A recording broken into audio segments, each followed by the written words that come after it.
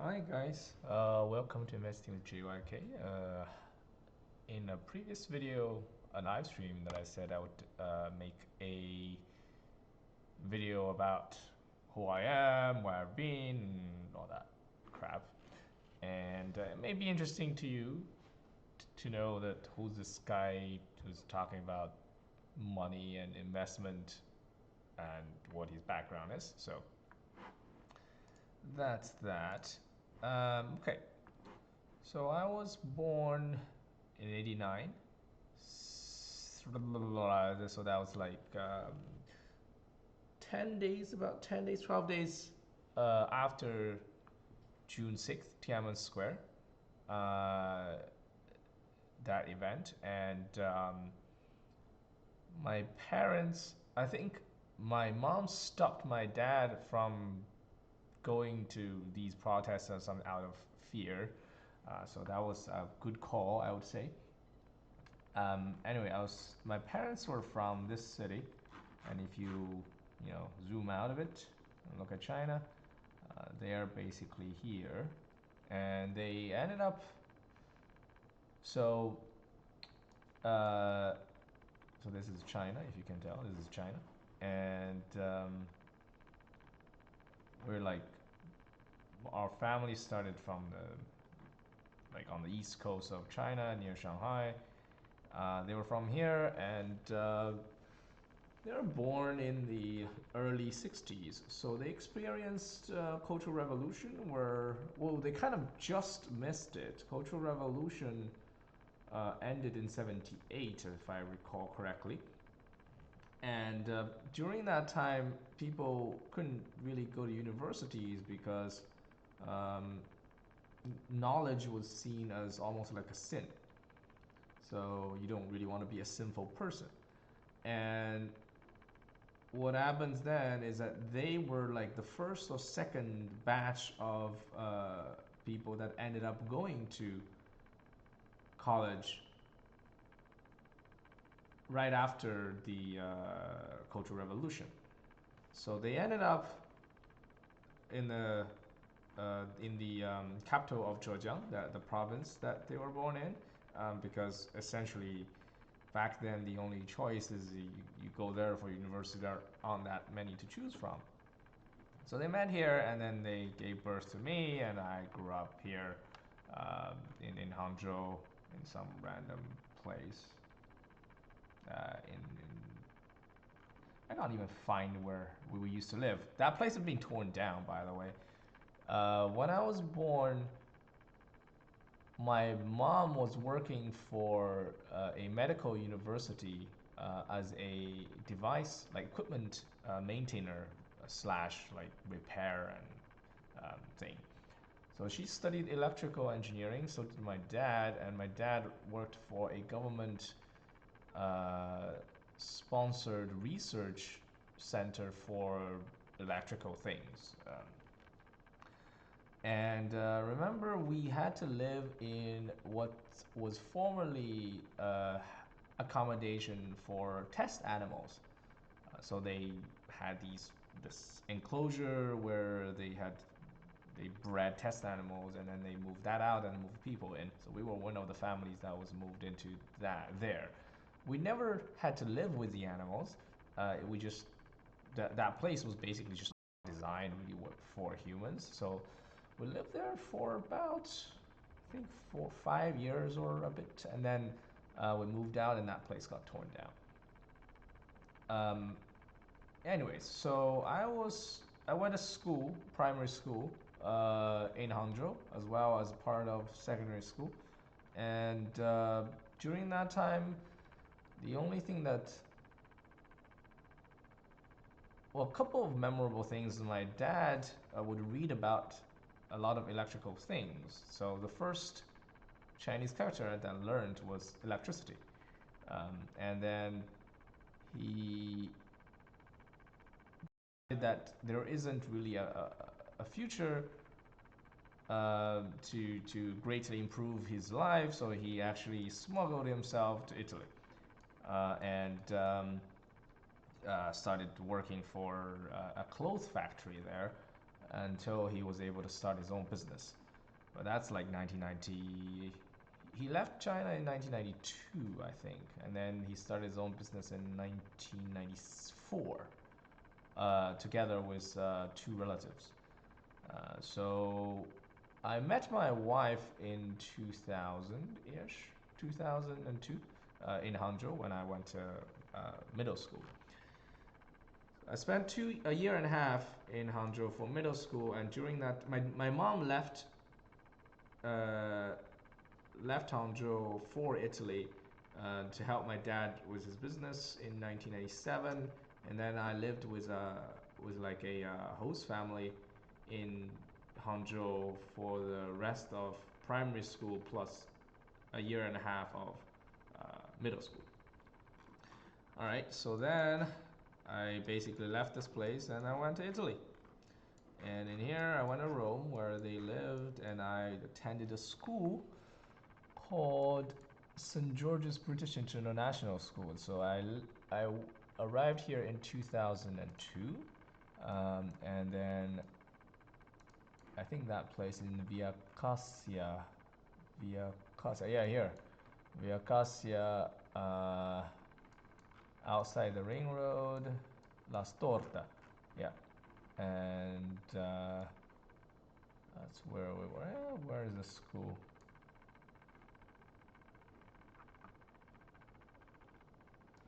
I always took a bus, so I don't really know where. Maybe I can just search it out. St. George's British International School, Rome. All right, here, I suppose.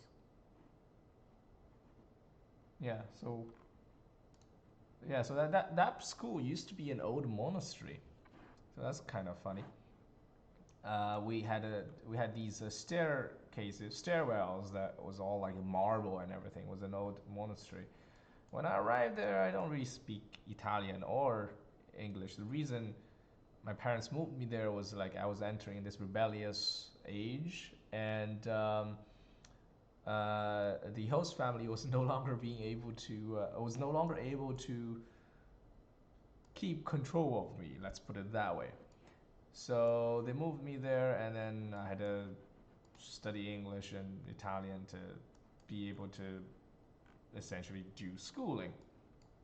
So that's that. And so I spent from 2002 all the way to 2007 in this school, and then I did international baccalaureate, and then I went to England. I went to Cambridge. Let's just.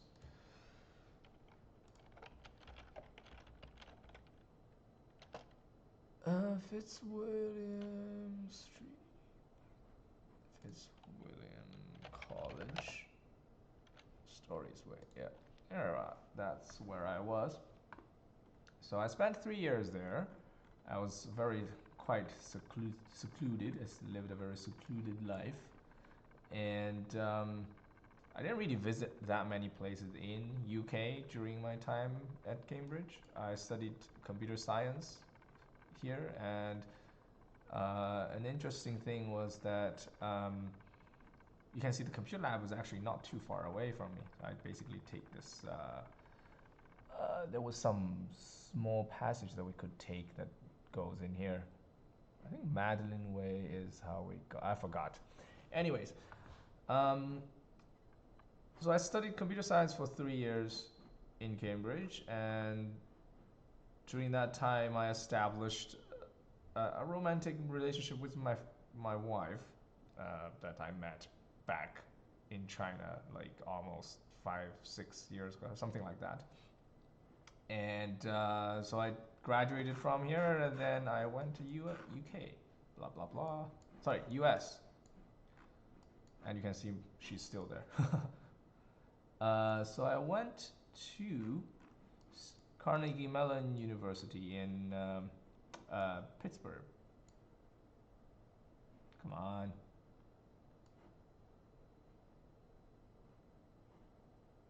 Pittsburgh. here. So I did Masters of Computational, well, now they're called Masters of Computational Data Sciences. Back then it was called Very Large Information Systems. Computational Data Sciences sounds so much better, but I guess that's where, that's, you know, why they picked a better name. I spent a year and a half in Pittsburgh doing a master's. I finished that, and then I ended up in basically where we were. I ended up in Palo Alto, working for a company called Medallia, which went public recently and promptly dropped in price. But such things you cannot predict. Medallia.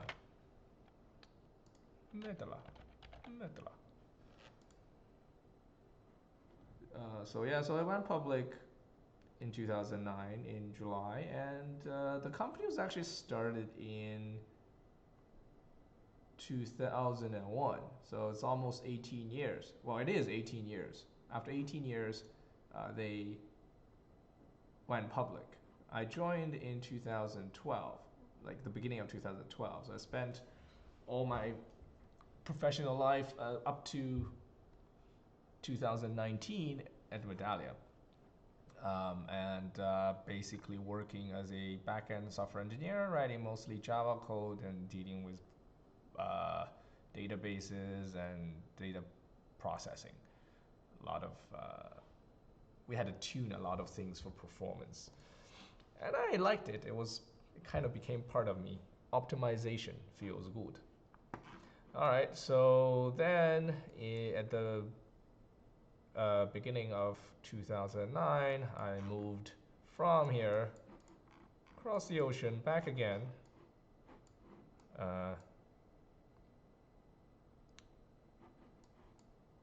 Close to where I started. So I ended up in Shanghai, and then I started a company to work on an app that was initially, it was a collaboration between a local celebrity and us, and then we were supposed to build her a personal app similar to things like what do you call that? Who's that woman that sings country?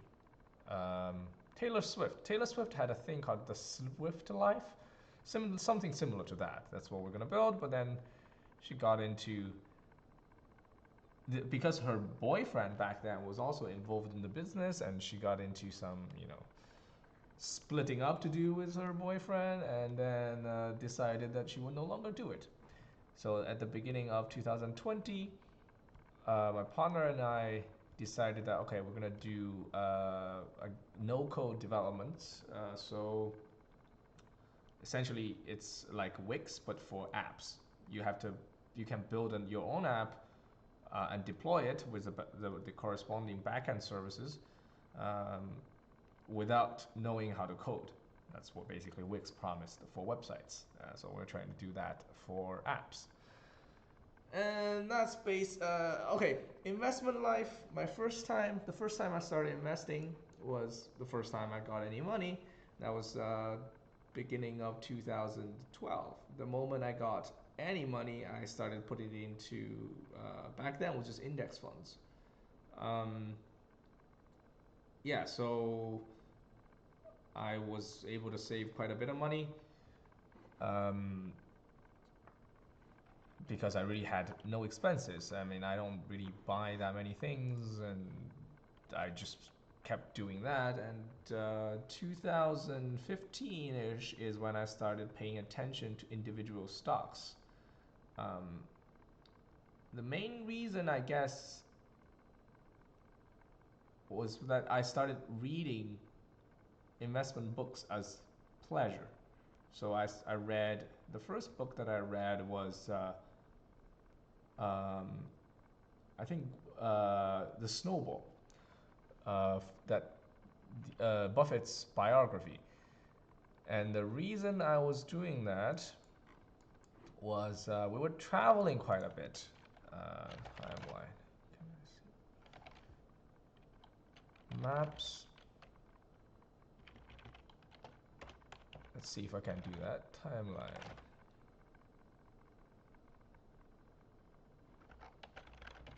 Maps timeline. So I was traveling quite a bit with my wife. Um, if you look at 2014, that's when my wife moved from New York to live with me in California, and that's where we went to in 2014. So we traveled quite extensively, and during these travels, there will be extended waits either on the plane or you're driving. So in a car, so we would listen to different things, and I was listening to Warren Buffett things, and then also like Peter Lynch things. And so that life basically continued. So that's triggered me to start looking into individual stocks in 2015, and that life basically lasted until 2019. And traveling was also quite important. You can look at 2015. We went to quite a few places as well. Um, Hawaii quite a bit, and then how we manage that? We basically just travel. We take off uh, on the evening of Fridays, and then would come back by the midnight of Sunday. So we basically do weekend trips, and obviously to Europe you can't really do that. There are longer holidays that we go to Europe, um, and we'll see different things. 2016 we went to quite a few places as well, and during all these travels we were able to we listened. I was basically listening to all kinds of investment books and learned quite a bit from them. And other than investment books, I was also reading on psychology and decision making, any things that might be useful for the future. Also, management as well, because I always knew that I wanted to do a startup, and so we kind of just was preparing for that.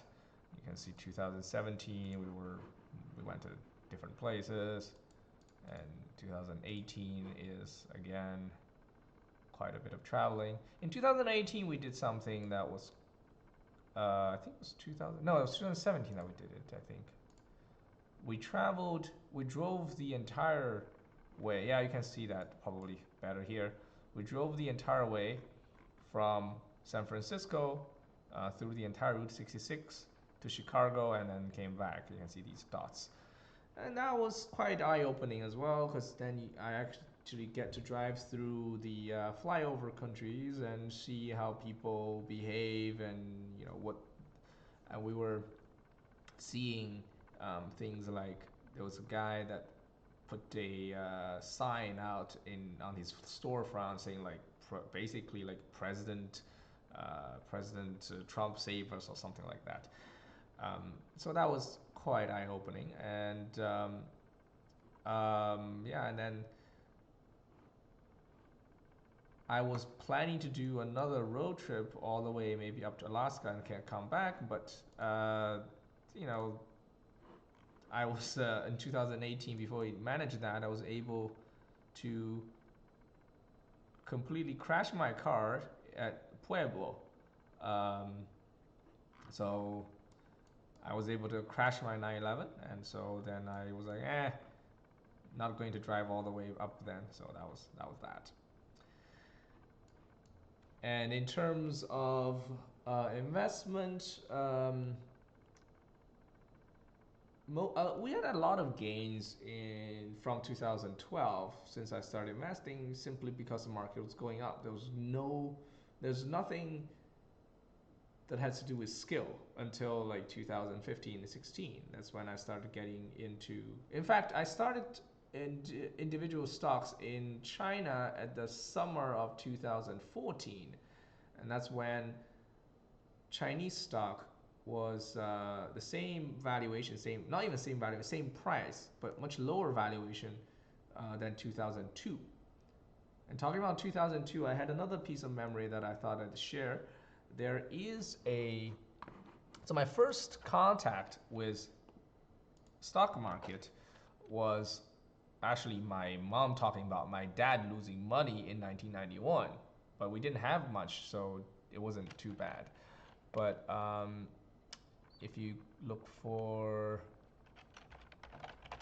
the first in-depth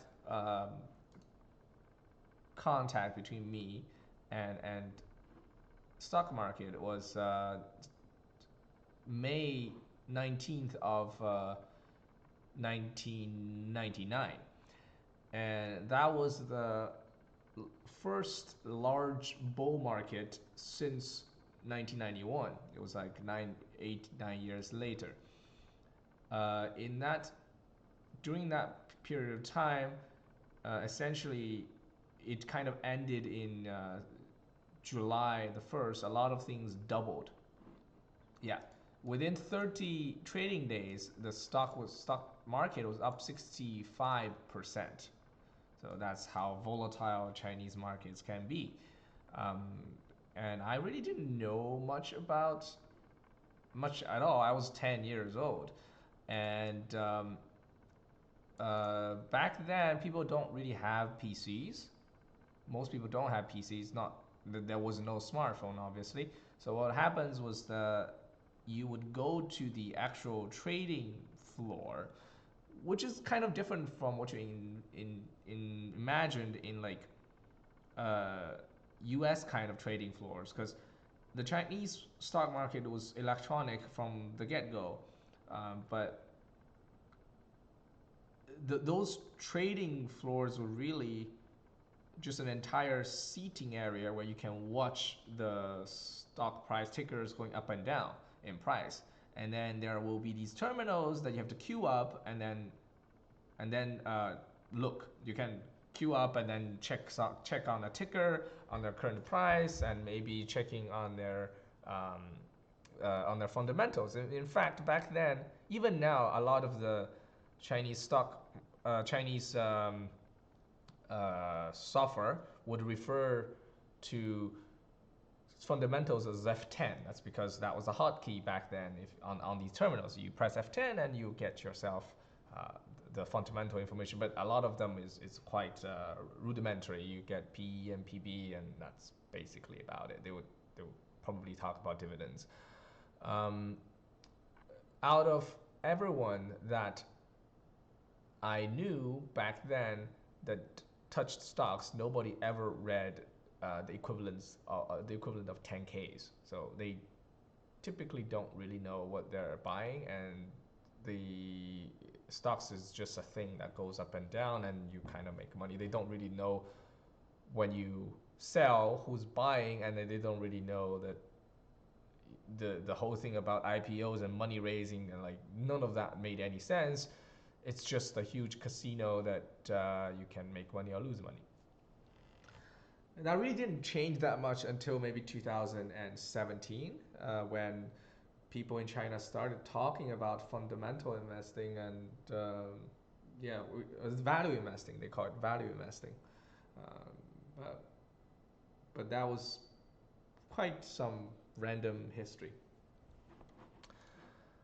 Okay, so that's basically from me, I guess. Unless you guys have any questions, comments, I will address them, and then I'll go for food.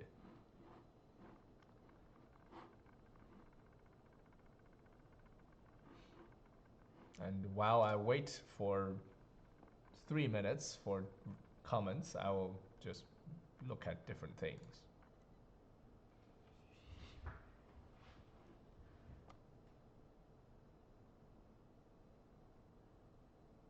Oh yeah, funny thing, Gillette actually went up. I was predicting remdesivir would do well, and actually did. Oh, there was also a guy that was asking whether the reason I'm not as bullish on GSH was because of the traffic declines or land price declines. This is mostly traffic declines. Land prices are fairly sticky and don't change as quickly. It's just a fact in life. And Luckin has stopped trading. It just smells so bad. This company just smells so bad all around. But okay. And look, my wife used to work, well, is still working for them. So this job was them giving out a huge dividend. So I thought that was fairly good of them. They sold half of their business and then gave that money out as dividend. Yes, there's tax consequences, but it's better than squandering that money away. So that was pretty good for them. And currently I am holding Agro, and I don't recommend you buying it through this ticker. Try to buy it on London. Um, yeah, I think it is a giant bull trap as well. But it may last much longer than people expect. It can last months instead of just weeks. Um, I my thinking is that stock will go up because of the alleviation of the virus, but uh, the economic reality would set in soon enough to, you know, because we just had a huge shock to the system, and then we don't know if there will be lingering effects. China is 2 month in basically China has a 2 month um, time window, like for us to glimpse into. I mean, China is coming back a little bit, but then again, Guangzhou and Heilongjiang are all experiencing the second wave of outbreaks. So yeah, so this thing is not gonna be, this you hit it once and it kind of just falls down and dies, and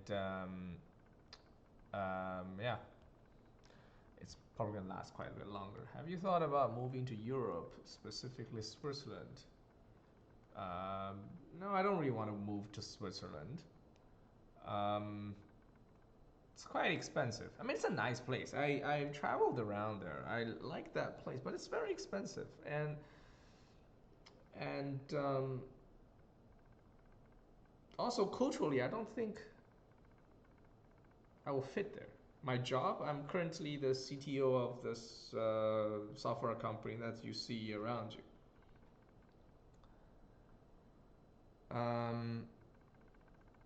Also, Switzerland for me is gonna be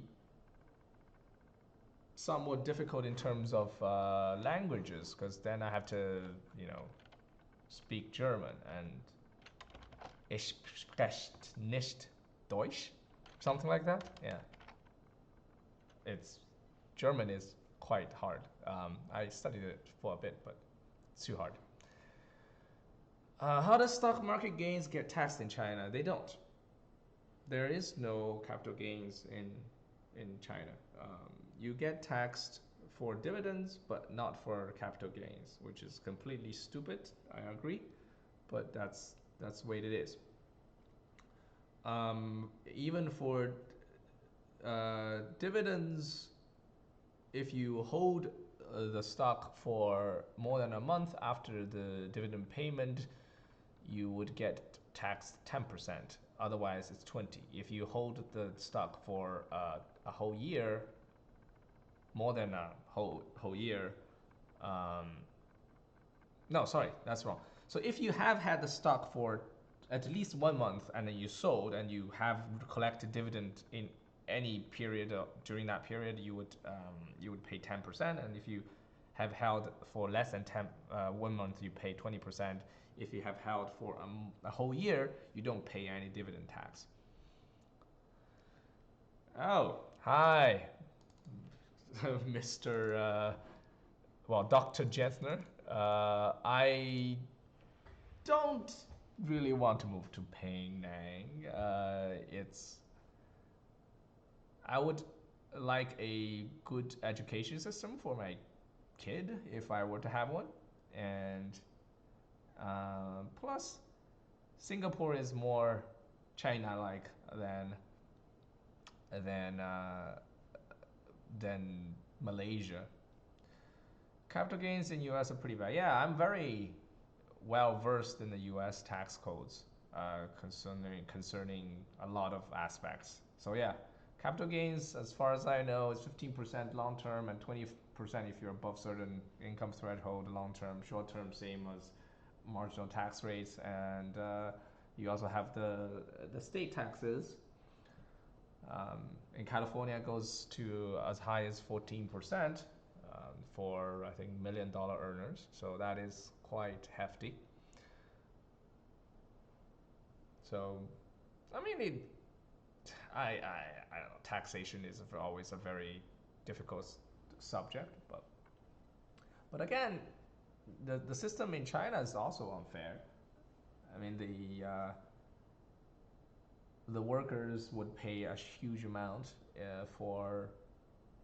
uh, for their income, and the companies have to foot a huge bill for each worker's income as well. So, but at the same time, if I earn my money mostly through stock market, then I don't get to be taxed at all.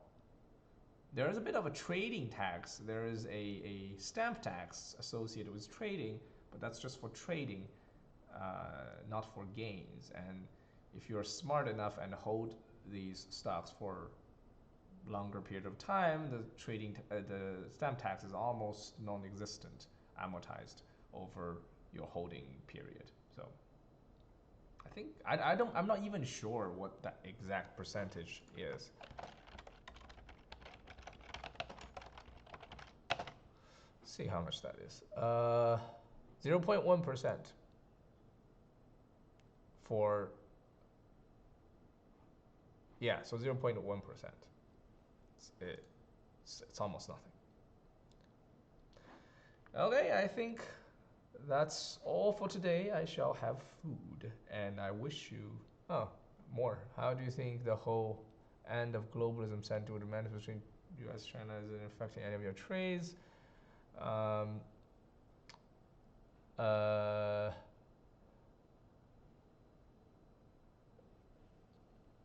hmm. Well, US and China are growing further apart as we see it. There are different contributing factors that I see. I mean, China's getting tougher in terms of diplomatic stances, which I don't particularly like. We're acting more and more like a bully. But and then U.S. is now more accusative. Is taking a more accusatory tone, like Chinese is stealing IP and all that, which I think is happening.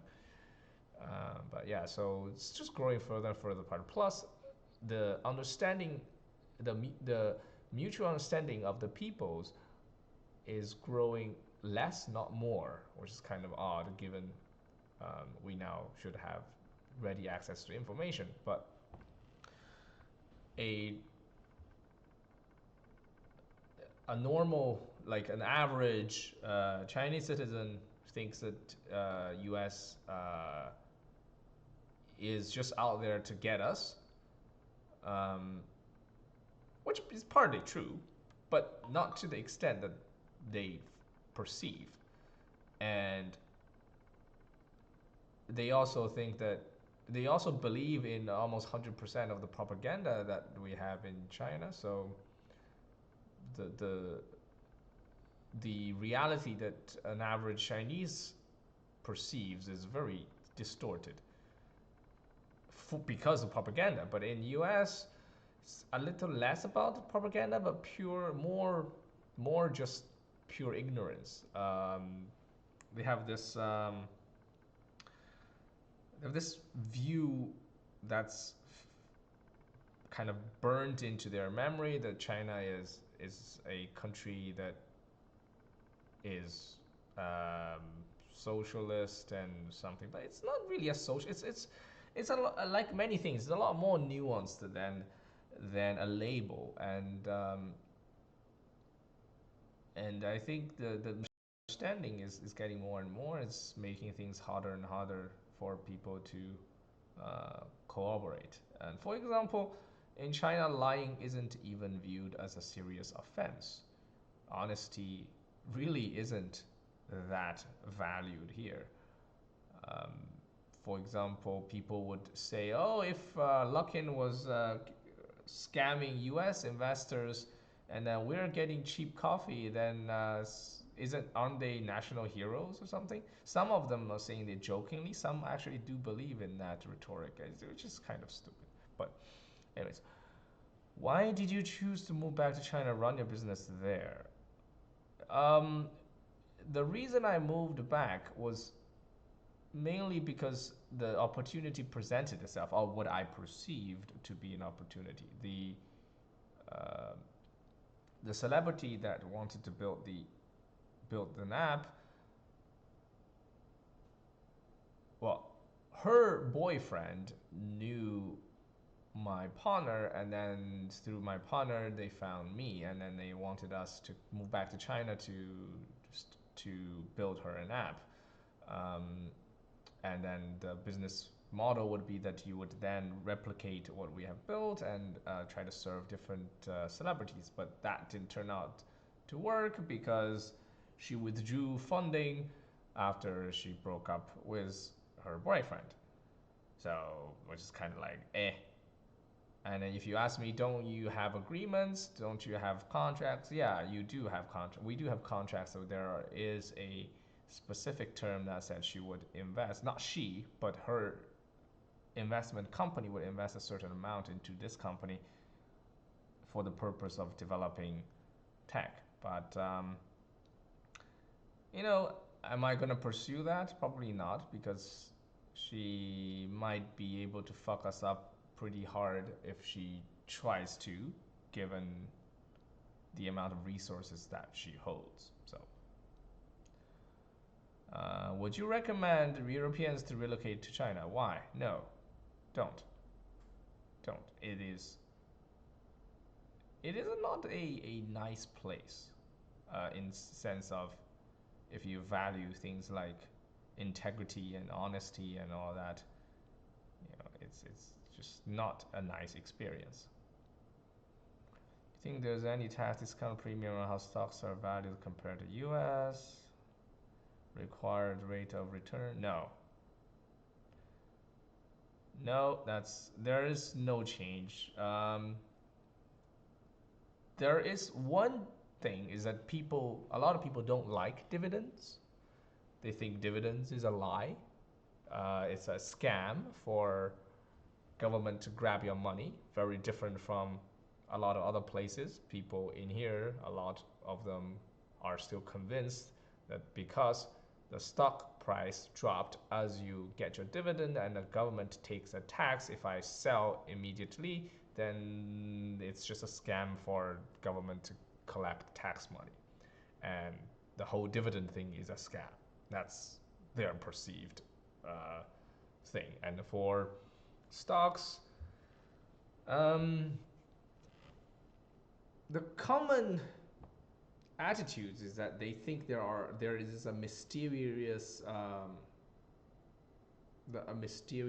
force that is out there to get you, and that mysterious force is actually they call it 主力, which essentially means like the main force, but not like in the religious sense, but mostly like the rich people. The rich people are there to get the small shareholders through stock price manipulation. And instead of not touching these stocks that they think are being controlled, they would actively participate into that and hope to front run the main force.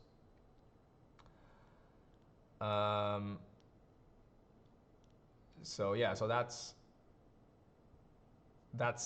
the common perception, which may have some truth to it, but it's just very, very warped. The whole thing is very warped. Exchange year in China, quality of top universities. Top universities are pretty good. If you want to do an exchange, I would recommend you do it.